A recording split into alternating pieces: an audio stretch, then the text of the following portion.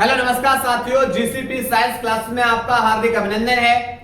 जैसा कि बेटा हम लोग अध्ययन कर रहे हैं फिजिक्स तथा केमिस्ट्री के अनसॉल्व पेपर का और एक एक प्रश्न को हल करना हमारा बेटा उद्देश्य है और उनसे संबंधित जितने भी प्रश्न बन रहे हैं उन सभी को हल कराना, ताकि आप लोगों के सामने अगर पेपर आए तो आप लोग पेपर की धज्जियां उड़ा दें।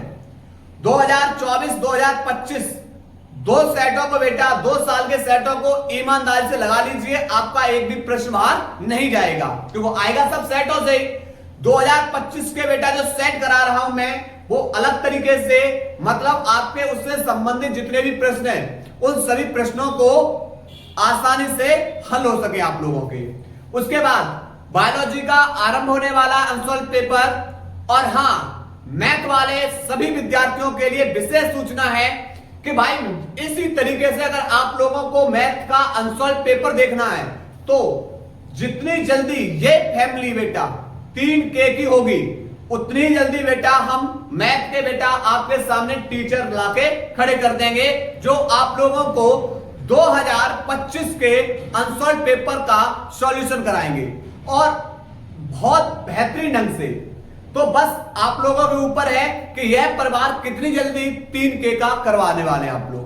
ठीक है, तो चलते हैं अपने केमिस्ट्री के अंदर लेक्चर नंबर 2। जैसा कि प्रश्न नंबर 2 तक हम लोग हल कर चुके थे, आज तीसरे प्रश्न की बारी है। तीसरा प्रश्न क्या बोल रहा है, चलिए समझते हैं। तीसरा प्रश्न बोल रहा है भाई कार्बन टेट्रा क्लोराइड तथा क्लोरोफॉर्म के उपयोग लिखिए। ओ भाई कार्बन टेट्रा क्लोराइड और क्लोरोफॉर्म के क्या पूछे हैं उपयोग। चलिए सबसे पहले लिखेंगे कार्बन टेट्रा क्लोराइड, जिसका फॉर्मूला होता है भाई क्या होता है CCl4 के उपयोग। नंबर 1 पहला उपयोग किसमें करते हैं, पहला उपयोग करें भाई प्रयोगशाला में अभिकर्मक के रूप में। प्रयोगशाला में अभिकर्मक के रूप में। क्लियर। सेकेंड पॉइंट बेटा इसका उपयोग करते हैं कहां पर, औषधियों में भी करते हैं, औषधियों में। तीसरा बेटा इसका प्रयोग करेंगे कहां उपयोग करेंगे, रेजिन कॉमा वसा कॉमा तेल आदि के विलायक के रूप में। चौथा जो आपका बेटा फ्रेयॉन है शीतलक में प्रयुक्त गैस, ठीक है, फ्रेयॉन के निर्माण में, ठीक है। तो बहुत आसानी से आप लोग बेटा कार्बन टेट्रा क्लोराइड के उपयोग लिख लोगे। अब लिखते हैं क्लोरोफॉर्म के उपयोग। क्लोरोफॉर्म जिसका फॉर्मूला है CHCl3 के उपयोग। भाई पहला पॉइंट बेटा निश्चेतक के रूप में पहले किया जाता था, लेकिन अब इस पर क्या है, प्रतिबंध है। अब इस पर क्या लगा हुआ है, प्रतिबंध। समझना, यह निश्चेतक के रूप में पहले इसका उपयोग किया जाता था पहले, लेकिन अब इस पर क्या है, अब इस पर प्रतिबंध है क्योंकि बेटा ये मनुष्य के लिए बेटा कैसा है, घातक सिद्ध हो रहा है, इसलिए। ठीक है। दूसरा प्रयोगशाला में अभिकर्मक के रूप में, प्रयोगशाला में अभिकर्मक के रूप में। तीसरा फ्रेयॉन प्रशीतक R22 के निर्माण में। ठीक है, और चौथा बेटा लिख सकते हैं औषधियों के निर्माण में, औषधियों के निर्माण में। ठीक है, तो ये रहा बेटा कार्बन टेट्राक्लोराइड और क्लोरोफॉर्म के उपयोग। ठीक है, नोट करिए इस प्रश्न को, उसके बाद अगला हल कर रहे हैं। इसके बाद बेटा अगला प्रश्न, अगला प्रश्न क्या बोल रहा है, तीसरे का ख, प्रोपेनॉल का क्वथनांक ब्यूटेन से अधिक होता है, समझाइए। समझो क्या है तीसरे का ख प्रश्न। भाई प्रोपेनॉल का फॉर्मूला होता है C3H7OH, ये हमारा होता है प्रोपेनॉल का फॉर्मूला। ठीक है, और यहां पर जो अगला है वो क्या है, ब्यूटेन। ब्यूटेन का फॉर्मूला होता है C4H10, ये बेटा फॉर्मूला होता है ब्यूटेन का। अब क्वेश्चन ये बोल रहा है कि भाई इस प्रोपेनॉल का क्वथनांक ब्यूटेन से अधिक होता है, क्यों? क्योंकि भैया प्रोपेनॉल के अंदर अंतर अणु का हाइड्रोजन आबंध उपस्थित होता है।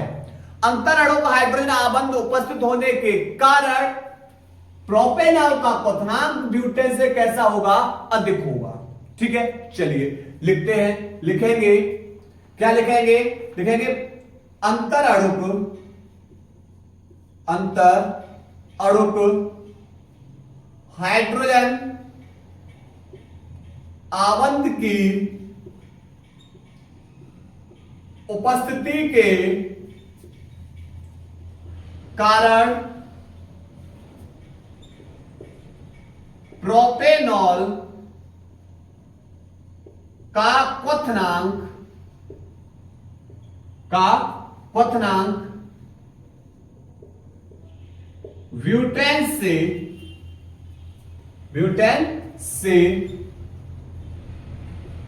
अधिक होता है, ब्यूटेन से अधिक होता है। क्लियर, यह हमारा प्रश्न नंबर कौन सा हो गया, तीसरे का ख। क्लियर, अब समझते हैं तीसरे का ग प्रश्न। तो इसकी सॉल्व लीजिए पहले इसका बेटा।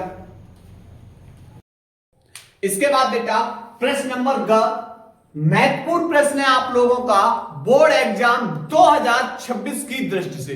क्या है प्रश्न है बेटा, बोल रहा है कैनिजारो अभिक्रिया को रासायनिक समीकरण द्वारा समझाइए। समझिए किसके बारे में पूछा भाई, कैनिजारो अभिक्रिया। चलिए कैनिजारो अभिक्रिया के बारे में समझ रहे। अब कैनिजारो अभिक्रिया में क्या होगा, इसमें जो लेंगे हम लेंगे एल्डिहाइड। क्या लेंगे, एल्डिहाइड लेंगे, और इस एल्डिहाइड के अंदर कौन अनुपस्थित होगा, अल्फा हाइड्रोजन क्या होगा, अनुपस्थित। एल्डिहाइड समूह बेटा कौन होता है हमारा, CHO, जिसमें अल्फा हाइड्रोजन अनुपस्थित होगा। ये क्या करेंगे, सांद्र NaOH या KOH की उपस्थिति में क्रिया कराएंगे। ठीक, अब एल्डिहाइड के हम कितने अणु लेंगे, एल्डिहाइड के हम 2 अणु लेंगे। कितने अणु लेंगे, 2 अणु। ठीक है, जिसमें एक अणु का क्या कराएंगे, एक अणु का कराएंगे अपचयन, और दूसरे अणु का क्या कराएंगे, ऑक्सीकरण। दूसरे अणु का क्या कराएंगे, ऑक्सीकरण। ठीक है, जिस अणु का बेटा आप अपचयन कराओगे वह बनाएगा एल्कोहल, वह क्या बनाएगा, एल्कोहल, और जिस अणु का आप ऑक्सीकरण कराओगे वह बनाएगा कार्बोक्सिलिक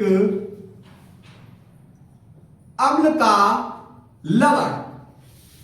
कार्बोक्सिलिक अम्ल का क्या बनाएगा, लवण। अब समझ लो, क्योंकि अगर आपसे टिप्पणी करने के लिए पूछ ली जाती तो बड़े आसान से बता दोगे। इसमें क्या होगा, इस अभिक्रिया के अंदर क्या लेंगे, हम लेंगे एल्डिहाइड को जिसमें अल्फा हाइड्रोजन अनुपस्थित होगा, और इसमें क्या करेंगे, किसकी उपस्थिति में, सांद्र NaOH या KOH की उपस्थिति में क्रिया कराएंगे। तो इसमें हम कितने अण लेंगे, 2 अण, 2 समान अण लेंगे, ठीक है, और 2 समान अण लेंगे जिसमें से, और दोनों अण कैसे लेंगे, समान। अगर आपने भिन्न भिन्न ले लिए अण कैसे लिए, भिन्न भिन्न लिए, तो यह बेटा बन जाएगा कौन सी वाली, क्रॉस या मिश्रित कैनिजारोप क्रिया।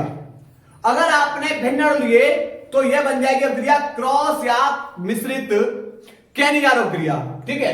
तो इसमें हम एल्डिहाइड के 2 समान अण इसमें और किसकी उपस्थिति में, सांद्र NaOH या KOH की उपस्थिति में क्रिया कराएंगे। इसमें एक अणु का ऑक्सीकरण, जिस अणु का ऑक्सीकरण कराओगे वह बनाएगा कार्बोक्सिलिक अम्ल का लवण, और जिस अणु का बेटा आप अपचयन कराओगे वह बनाएगा अल्कोहल, ठीक। ऑक्सीकरण का मतलब क्या होता है, ऑक्सीकरण का मतलब होगा ऑक्सीजन का जुड़ना, ठीक है, और अपचयन बेटा यहां पर क्या होगा, अपचयन का मतलब हाइड्रोजन का जुड़ना। चलिए रिएक्शंस को समझते हैं। देखो सबसे पहले यहां पर बेटा ले रहे हैं हम H, C डबल बॉन्ड में O, सिंगल बॉन्ड में H। ये बेटा जो हमारा समूह होता है, ये वाला समूह, यही तो कौन सा है हमारा, एल्डिहाइड, यही तो हमारा एल्डिहाइड समूह है। अब चूंकि यहां पर इससे अगर कोई कार्बन जुड़ा होता तो अल्फा कार्बन, मान लीजिए हमने कार्बन जोड़ दिया, ये अल्फा, इसके पास वाला बीटा, इसके पास वाला गामा, क्लियर। तो समूह जिस कार्बन से जुड़ा हो, ध्यान रखना, समूह चाहे क्रियात्मक समूह हो चाहे प्रतिस्थापी समूह हो, ध्यान रखना, जिस कार्बन से जुड़ा होगा वह कार्बन अल्फा, अल्फा से जुड़ने वाले समस्त कार्बन परमाणु बीटा कार्बन, बीटा से जुड़ने वाले समस्त कार्बन परमाणु कौन से वाले हो जाएंगे, गामा, ठीक, ध्यान रखना। अब चाहे बेटा ये तो क्रियात्मक समूह है ना, ठीक, तो इसमें तो अल्फा हाइड्रोजन कैसा अनुपस्थित, मैंने मान लिया इस बॉन्ड से H जोड़ दिया। अब इसके कितने अण लेंगे हम, 2 अण, कितने अण लेंगे, 2 अण। ये हमारा कौन है, एल्डिहाइड का प्रथम सदस्य फॉर्मल्डिहाइड, ठीक। सांद्र NaOH या KOH की उपस्थिति में क्रिया करेंगे 50%, ठीक। अब होगा क्या, इसमें एक अणु का ऑक्सीकरण कराना और एक अणु का अपचयन, चाहे किसी भी अणु का ऑक्सीकरण करा दीजिए चाहे किसी भी अणु का अपचयन। चलिए हम बेटा पहले वाले अणु का क्या करा दे रहे हैं, अपचयन। तो अपचयन का मतलब क्या होता है, हाइड्रोजन का जुड़ना। अपचयन का मतलब क्या होता है, हाइड्रोजन का जुड़ना। तो बेटा हम इसका कितना बॉन्ड तोड़ेंगे, 1। तो आप बोलोगे सर एक ऑक्सीजन का इलेक्ट्रॉन मुक्त हो रहा है, एक कार्बन का, ठीक। तो इनके बॉन्ड जहां बेटा एक एक इलेक्ट्रॉन मुक्त किए है ना, ऑक्सीजन और कार्बन के बीच में कितने बॉन्ड थे, 2 थे ना, एक तोड़ दिया। तो अब इनका बेटा एक तोड़ने पर कार्बन और ऑक्सीजन के बीच में तो एक बॉन्ड रह गया, लेकिन एक एक इलेक्ट्रॉन मुक्त हुए। तो जितना बेटा इलेक्ट्रॉन मुक्त हुए वहां पर हम किसको भेज देंगे, H को। तो एक कार्बन के पास H और एक ऑक्सीजन के पास। तो कार्बन के पास अब टोटल H कितनी हो जाएंगी, 1 2 3, तो CH3। अब कार्बन के, अब यहां पर सिंगल बॉन्ड इससे जुड़ा हुआ है O के पास कौन पहुंच गया, H, और ये बन गया मैथिल अल्कोहल। प्लस जब एक का ऑक्सीकरण कराया, एक का अपचयन कराया, तो दूसरे का क्या कराएंगे, ऑक्सीकरण। तो भाई ऑक्सीकरण का मतलब होता है ऑक्सीजन का जुड़ना। अब इस पे ऑक्सीजन कब जोड़ोगे, पहले हम इससे क्या करते हैं, हाइड्रोजन को बाहर। अब ये H किसके साथ बाहर होगा, तो बेटा H बाहर होगा OH के साथ, क्योंकि H पे प्लस OH पे माइनस, HOH बाहर, ठीक। हाइड्रोजन बाहर कर रहे हैं तो हम ऑक्सीजन को क्या कर देंगे, जोड़ देंगे। हाइड्रोजन का निकलना और देखो यहां पर ऑक्सीजन का जुड़ना। पर यहां बोलोगे सर ऑक्सीजन तो कार्बन के साथ एक बॉन्ड बना रहा है, बनाएगा कितने, 2। तो दूसरा बॉन्ड किनके साथ बनाएगा, Na के साथ, और ये बन जाएगा सोडियम फॉर्मेट। क्या बन जाएगा, सोडियम फॉर्मेट। चलो अगली समझो, अगली समझो, समझो अगली। देखो अब यहां पर ले लिया CH3, H को हटाया, यहां CH3 जोड़ दिया, C डबल बॉन्ड हो, सिंगल बॉन्ड में H, ठीक है। CHO ग्रुप है ये, और इससे हमने एक कार्बन परमाणु जोड़ दिया, और इसकी अब क्रिया करा रहे, चाहे NaOH से करा दो चाहे KOH से, किसी से करा दो, ठीक है, शामिल, ठीक है। ये हमारा है एसिटेल्डिहाइड, एसिटेल्डिहाइड, ठीक, इसमें एक अणु का अपचयन और दूसरे अणु का ऑक्सीकरण, किसी का भी करा दो। देखो मैंने बेटा इसका क्या करा है, अपचयन करा रहे हैं, तो अपचयन कराओगे तो बोलोगे सर हाइड्रोजन को जोड़ो, तो आप एक बॉन्ड तोड़ दीजिए, एक H ऑक्सीजन के पास और एक H कार्बन के पास, क्योंकि कार्बन ऑक्सीजन के बीच में दो बॉन्ड की साझेदारी थी, एक तोड़ दिया तो एक एक इलेक्ट्रॉन मुक्त हो गए, तो मुक्त हुए इलेक्ट्रॉनों पर किनको भेज देना, H को। ठीक, तो यहां से क्या हो जाएगा, CH3, C के पास कितनी H हो गई, एक दो, सिंगल बॉन्ड कार्बन, इस कार्बन से जुड़ा हुआ ऑक्सीजन, ऑक्सीजन के पास एक H, और ये बन गया एथेनॉल या एथिल अल्कोहल प्लस। जब एक का बेटा हमने अपचयन कराया तो दूसरे का क्या कराएंगे, ऑक्सीकरण। चलिए अब ऑक्सीकरण का मतलब है ऑक्सीजन का जुड़ना। अब ऑक्सीजन जोड़ोगे कब, तो पहले हाइड्रोजन तो बाहर कर लो, हाइड्रोजन किसके साथ बाहर होगा, हाइड्रोजन बाहर होगा किसके साथ, OH के साथ, तो HOH। जब H को बाहर किया तो ऑक्सीजन जोड़ दो, ऑक्सीजन को H बाहर कर रहे हो, ऑक्सीजन जोड़ो, हाइड्रोजन का निकलना, ऑक्सीजन का जुड़ना। ठीक, अब चूंकि बेटा एक चीज बताओ, ये वाला ऑक्सीजन कार्बन के साथ कितना बॉन्ड बना रहा है, आप बोलो सर एक, तो दूसरा बॉन्ड किसके साथ बनाएगा, Na के साथ, और ये बन गया सोडियम एसीटेट, सोडियम एसीटेट। ठीक है, तो ये बेटा हमारी कौन सी अभिक्रिया हो चुकी, केनिजारो अभिक्रिया। ठीक, नोट करिए बेटा, इसको नोट करिएगा।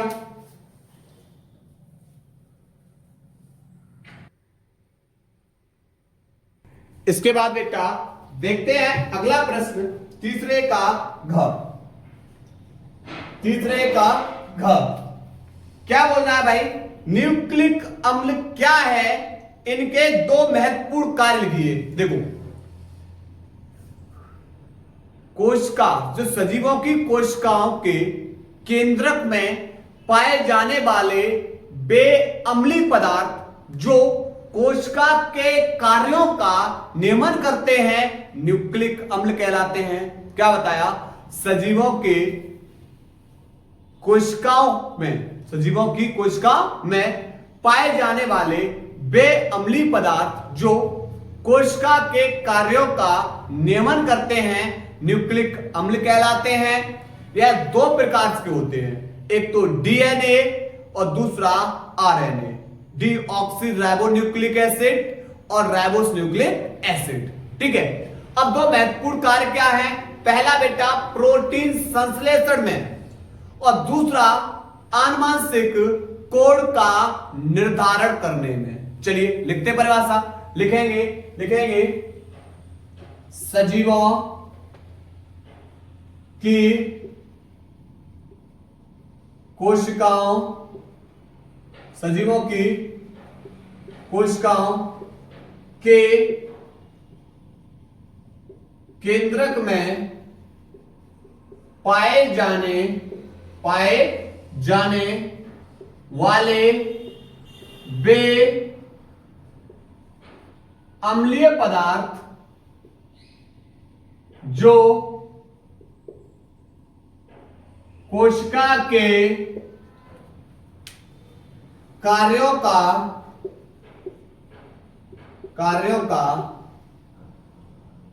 नियमन करते हैं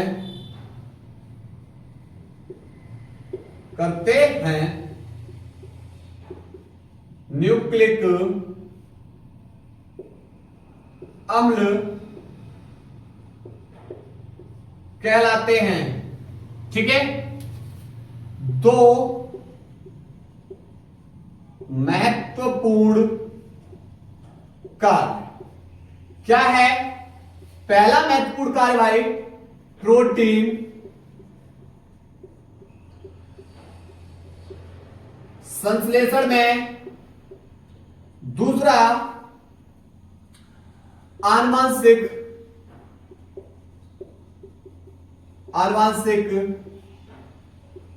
कोड का निर्धारण। ठीक है, और अगर बात करें ये कितने प्रकार से है, दो प्रकार से, डीएनए व दूसरा कौन सा है, आरएनए। ठीक है, तो यहां पर ये हमारा तीसरे का घ प्रश्न हो गया। जब भी बेटा ये प्रश्न कभी आएगा टॉपिक में आगामी सेट के अंदर, तो ये पूरा का पूरा फुल एंड फाइनल करा दिया जाएगा। नोट करिए बेटा। अभी के बाद बेटा प्रश्न नंबर 4 का क। 4 का क बोल रहा है एक सेल जिसमें निम्नलिखित अभिक्रिया होती है, आपके सामने अभिक्रिया दे रखी है, का 298 केल्विन ताप पर मानक इलेक्ट्रोड विभव 1.1 वोल्ट है। सेल अभिक्रिया की मानक गिब्ज ऊर्जा एवं साम्य स्थिरांक की गणना कीजिए। चलिए सबसे पहले निकालते हैं मानक गिब्ज ऊर्जा। ये बेटा नैनर समीकरण बताया था कि डेल्टा जी नॉट बराबर होता है माइनस के NF E नॉट सेल। अब देखो यहां पर डेल्टा जी नॉट बराबर एक इस सेल अभिक्रिया के अंदर कितने इलेक्ट्रॉनों का स्थानांतरण हुआ है। आप बोलोगे सर जिंक ने 2 इलेक्ट्रॉन का त्याग किया, इसका ऑक्सीडेशन हुआ है, और कॉपर ने उन 2 इलेक्ट्रॉन का ग्रहण किया है, तो इसका क्या किया है अपचयन। तो भाई यहां पर एक अभिक्रिया में, इस अभिक्रिया के अंदर कितने इलेक्ट्रॉन का स्थानांतरण हुआ, तो आप बोलोगे 2 इलेक्ट्रॉन। जिंक 2 इलेक्ट्रॉन त्याग रहा है, कॉपर 2 इलेक्ट्रॉन ग्रहण कर रहा है। यहां फाइनल हो चुका। उसके बाद 1 फैरेड बराबर होता है 96,500 कूलम। 1 फैरेड बराबर 96,500 कूलम, ठीक है। उसके बाद बेटा इलेक्ट्रोड विभव यहां पर दे रखा है, वो कितना दे रखा 1.1 वोल्ट, ठीक है। चलिए माइनस के 2 इंटू 11 का ऐसे मल्टीप्लाई 0 0 11 पंजे 55 और 11 6 66 66 और 5 71 और 11 9 99 99 और यहां पर 7 कितना हो जाएगा 106, ठीक है। अब एक के बाद दशमलव में लगा दिया, 2 का ऐसे मल्टीप्लाई तो 0 0 2 पंजे 10 2 एकम 2 और 1 3 2 6 12 2 एकम 2 और 1 के बाद दशमलव लगा दिया माइनस का। इतने बेटा जूल यहां पर ये क्या निकलेगी ऊष्मा, इतने जूल ऊष्मा। अगर हम इसे किलो में बदलें तो आप क्या करोगे, किलो के लिए यहां पर 1 किलो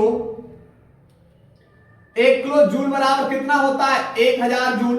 अगर हम बेटा क्या करें, अगर हम जूल को किलो में बदलें, जूल को किस में बदलें किलो में, तो ये 1000 गुणा दूसरी ओर जाके भाग में, तो यहां पर हो जाएगा 1/1000 किलो जूल, ठीक, अर्थात 10 की पावर 3, ठीक है। तो आप 1 2 3 अंक दशमलव इधर खिसका दीजिए, तो माइनस के 2 1 2 3 1 2 और के एक बात दशमलव 3 के आगे यहां आ जाएगा और ये बदल जाएगा किलो जूल के अंदर, ठीक है। आप चाहे यहां से इतना आंसर दे दीजिए चाहे ये दे दीजिए, दोनों करेक्ट है, ठीक।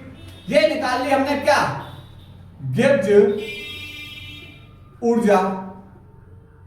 अब हमें निकालना है क्या साम्य स्थिरांक, केसी को निकालना है। साम्य स्थिरांक क्या निकालना, केसी को, समझिए। इसके लिए फॉर्मूला होता है डेल्टा जी बराबर माइनस के 2.303 RT log केसी, ठीक है। डेल्टा जी का मान बेटा, अब चूंकि यहां पर R क्या हमारा गैस नेतांक है, सार्वत्रिक गैस नेतांक, सार्वत्रिक गैस नेतांक है जिसका मान है 8.314 joule kelvin inverse mole inverse, clear. अब यहां पर जो मान लगाना बेटा, आप जब बता जूल का लगाना है किलो जूल का, आप बोले सर यहां तो जूल है, मात्रा तो समान लगने, ठीक, तो लगाइए यहां से, तो लगाएंगे डेल्टा जी का मान माइनस के 212 3 और 2 0, ये वाला मान बराबर माइनस के 2.303 R का मान लगाएंगे 8.314 इंटू टी, तापमान कितना है 298 और इंटू में लॉग केसी, माइनस से माइनस कैंसिल, ये बेटा सब के सब गुणा में है, दूसरी ओर जाके भाग में हो जाएंगे, तो यहां से हो जाए लॉग केसी बराबर बेटा भेजेंगे, ये बेटा गुणा में दूसरी ओर जाके भाग में, तो 212.320 बट्टे 2.303 इंटू 8.314 इंटू 298। जब आप बेटा इसको पूरे को सॉल्यूशन करोगे तो यहां से आ जाएगा 97.2074। बेटा इसका इनका सबका गुणा करना, इसमें भाग कर देना, कितना आ जाएगा 97.2074। अब हमें कैसे निकालना, इधर लॉग गुणा में दूसरी ओर जाके भाग में बदल जाएगा, जब भाग में बदल जाएगा तो ऊपर ले जाएंगे तो इनवर्स हो जाएगा, अर्थात एंटी लॉग में। इधर का लॉग दूसरी ओर जाके बदल जाएगा एंटी लॉग में। तो यहां पर लिखेंगे प्रति लघु गणक लेने पर। चलिए, तो केसी बराबर हो जाएगा, यहां पर लॉग ये बदल जाएगा एंटी लॉग 97.2047। अगर बेटा इसका एंटी लॉग में मान देखेंगे तो ये मान मिलेगा 1.6 इंटू 10⁻37। क्लियर? ये मान बेटा लगभग में इतना मिलेगा। और ये बेटा मान कहां देखा जाता है, ये आपका लघुगणक और प्रतिलघुगणक सारणी के अंदर ये मान आपको मिलेंगे। ठीक है, तो नोट करिए बेटा, इसको नोट करिएगा। इसके बाद बेटा 4 का ख प्रश्न है, बोल रहा है निम्नलिखित कारक अभिक्रिया के वेग को कैसे प्रभावित करते हैं। सबसे पहले मैं बात करूंगा भाई किसकी, अभिक्रिया के वेग की। अभिक्रिया का वेग या दर। तो आप बोलोगे भाई बताओ अभिक्रिया की दर या वेग किसे कहते हैं, तो परिभाषा दोगे, इकाई समय में अभिकारक तथा उत्पाद की सांद्रता में होने वाले परिवर्तन को क्या बोलते हैं, अभिक्रिया की दर या वेग कहते हैं। क्या बताया हमने, परिभाषा क्या बताई, परिभाषा बताई कि इकाई समय में अभिकारक या उत्पाद की सांद्रता में होने वाले परिवर्तन को अभिक्रिया का वेग कहते हैं। अगर हमें बेटा अभिक्रिया का वेग निकालना है, अभिक्रिया का वेग निकालना है तो इसके लिए फॉर्मूला हो जाएगा अभिकारक या उत्पाद की सांद्रता में परिवर्तन बट्टे परिवर्तन में लगा समय। ठीक है, ये बेटा क्या होगा, अभिक्रिया का वेग। ठीक, आपने बेटा जैसे जल में चीनी को मिलाया, ठीक है, तो जब आप जल में चीनी को मिला रहे हो तो है अभिकारक अणु है, तो अभिकारक अणुओं की सांद्रता आपने कुछ ली, लेकिन जैसे जैसे बेटा जल में चीनी मिलती जाएगी किस में बदलना शुरू होगा, उत्पाद अणुओं में। तो आपने अभिकारक अणुओं की सांद्रता पहले कुछ ली थी और बाद में बेटा कितनी हो जाएगी, अंततः बेटा सांद्रता अभिकारक अणुओं की सांद्रता घटती जाएगी और उत्पाद अणुओं की सांद्रता कैसे होती जाएगी, बढ़ती जाएगी। अब चूंकि बेटा अभिक्रिया होने में समय भी तो लगेगा, तो बस यही तो है कि अगर मुझे अभिक्रिया का वेग निकालना है तो अभिकारक अथवा उत्पाद की सांद्रता में परिवर्तन बट्टे परिवर्तन में लगा समय। दूसरा, आपसे क्वेश्चन पूछ सकता है भाई औसत वेग बताओ, औसत वेग। तो आप बोलोगे निश्चित समय अंतराल में, एवरेज की बात आ गई ना, औसत की बात आ गई, तो निश्चित समय अंतराल में अभिकारक, निश्चित समय अंतराल में अभिकारक अथवा उत्पाद की सांद्रता में परिवर्तन, अभिकारक तथा उत्पाद की सांद्रता में होने वाले परिवर्तन को हम क्या कहते हैं, अभिक्रिया का औसत वेग कहते हैं। क्या बताया, सुनो फिर परिभाषा, निश्चित समय अंतराल में अभिकारक तथा उत्पाद की सांद्रता में होने वाले परिवर्तन को हम क्या कहते हैं, अभिक्रिया का औसत वेग। तो क्या परिभाषा लिखेंगे? निश्चित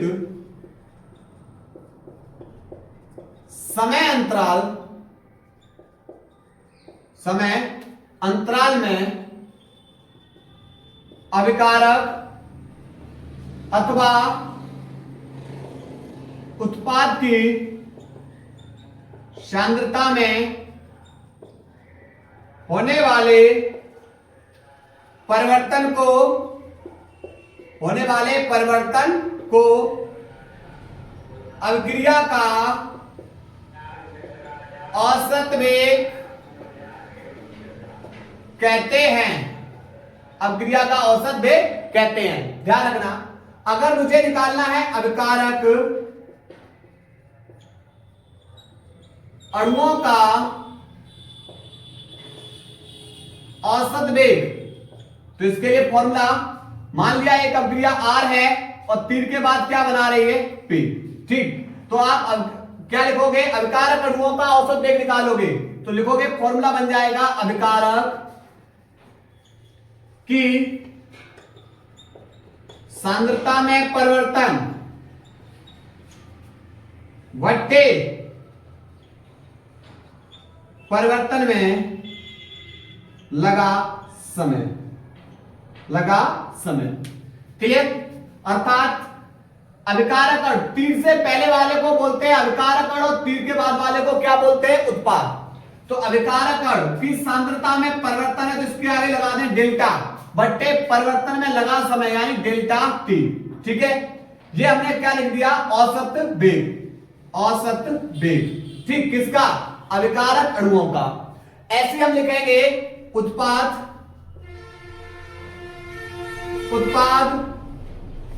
अणुओं का औसत वेग, तो आप बोलोगे उत्पाद की सांद्रता में परिवर्तन बट्टे परिवर्तन में लगा समय। उत्पाद को किससे लिख रहे हो? P से, तो P से लिख रहे हो, लेकिन उत्पाद में परिवर्तन है डेल्टा बट्टे परिवर्तन लगा समय यानी डेल्टा टी। अब चूंकि यहां पर एक बेटा सूक्ष्म अंतर ये होगा कि भाई अभिकारक अणु बेटा बदल रहे हैं उत्पाद में, यानी अभिकारक अणुओं का की सांद्रता घटती जा रही है और उत्पाद अणुओं की सांद्रता बढ़ती जा रही है। तो इन दोनों के वेग कैसे होंगे? बराबर। तो इन दोनों के वेग को बराबर करने के लिए इसके आगे हम चिन्ह कैसा ले लेते हैं? अभिकारक अणुओं के आगे चिन्ह कैसा ले लेते हैं? माइनस। माइनस ये बोल रहा है कि भैया अभिक्रिया का जो अभिकारक अणुओं का औसत वेग घट रहा है और उत्पाद अणुओं का औसत वेग कैसा हो रहा है? बढ़ रहा है। ठीक है, दोनों के वेग को बराबर करने के लिए हमने इसके आगे चिन्ह कैसा लिया है? माइनस। ठीक है, आपको चैप्टर नंबर 3 के अंदर बेटा पूर्ण रूप से डिटेल में सब कुछ पढ़ा चुके हैं इसको, बस आप लोगों को एक बार प्रैक्टिस इस चीज के बारे में कराना है। ठीक है, अब आ रही है बेटा बात तात्क्षणिक वेग की, तो पहले इसको नोट करिए, नोट करो पहले। चलिए समझते हैं बेटा तात्क्षणिक वेग के बारे में। तात्क्षणिक वेग, अब बात करेंगे तात्क्षणिक वेग की। किसे कहते हैं? निश्चित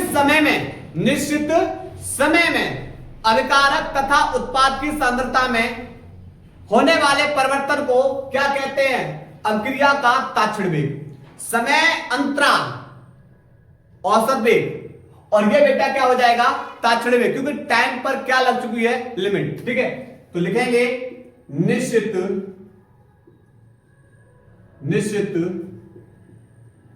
समय में अभिकारक अथवा उत्पाद की सांद्रता में होने वाले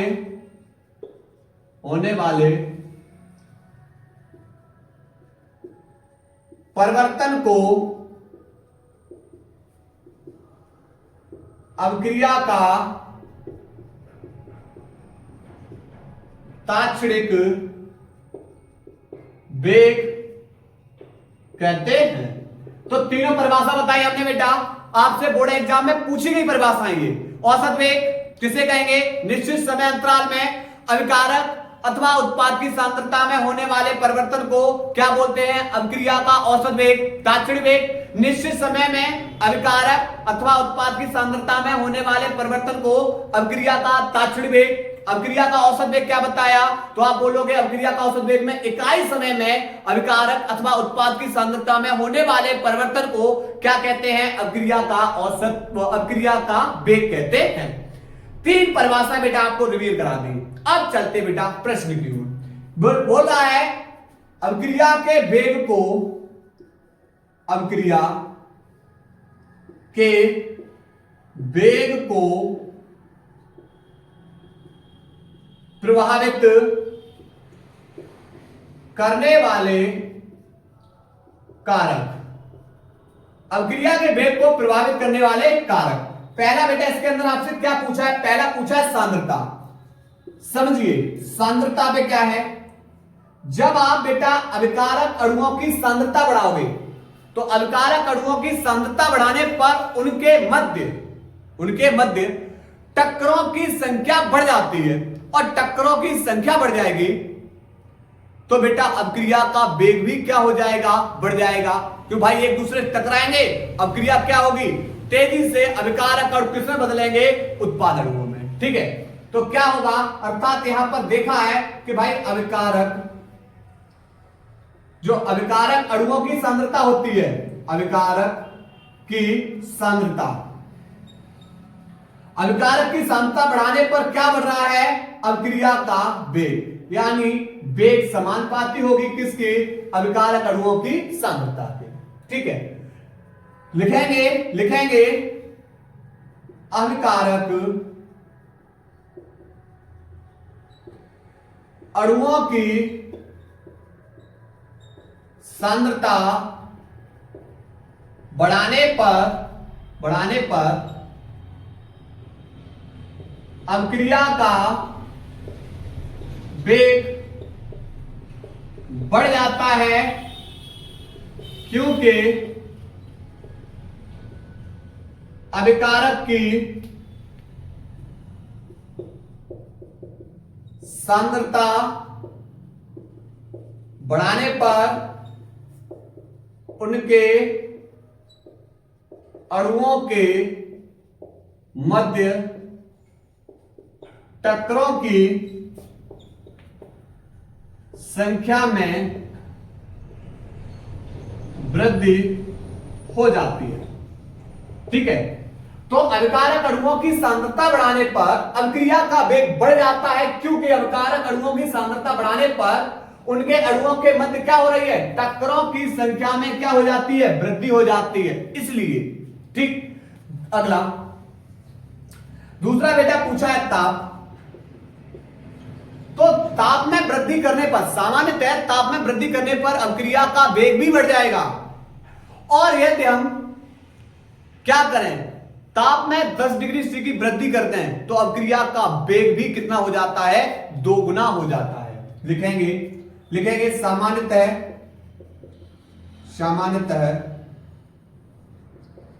ताप में वृद्धि करने पर अभिक्रिया का वेग या अभिक्रिया के वेग में वृद्धि हो जाती है यदि ताप में 10 डिग्री सी की वृद्धि कर दें तो अभिक्रिया का वेग भी 2 गुना हो जाता है। ठीक है, तीसरा आपसे पूछा गया है उत्प्रेरक बेटा क्या? भाई यहां पर कोई भी अभिक्रिया धीमे धीमे हो रही थी। मान लीजिए आपके स्कूल में जैसे टीचर नहीं प्रेजेंट है और प्रेयर की बेल लगवा दी जाए तो आप लोगों के लाइन में लगने की दर है वो कैसी होगी, बड़े आराम आराम लगेगी। लेकिन जैसे टीचर मौजूद हुए तो आपकी लाइन में लगने की दर कैसी हो जाएगी, बढ़ जाएगी। तो ठीक काम उत्प्रेरक का होता है, क्या कि जो अभिक्रिया धीमे हो रही है उत्प्रेरक की उपस्थिति में वही अभिक्रिया कैसी होगी, तीव्र संपन्न होगी। ठीक है, तो लिखेंगे उत्प्रेरक की उपस्थिति में अभिक्रिया का वेग बढ़ जाता है जिससे संक्रियण ऊर्जा का मान घट जाता है तथा सक्रियत अणुओं की संख्या में वृद्धि हो जाती है। ठीक है, नोट करिए बेटा, इसको नोट करिएगा।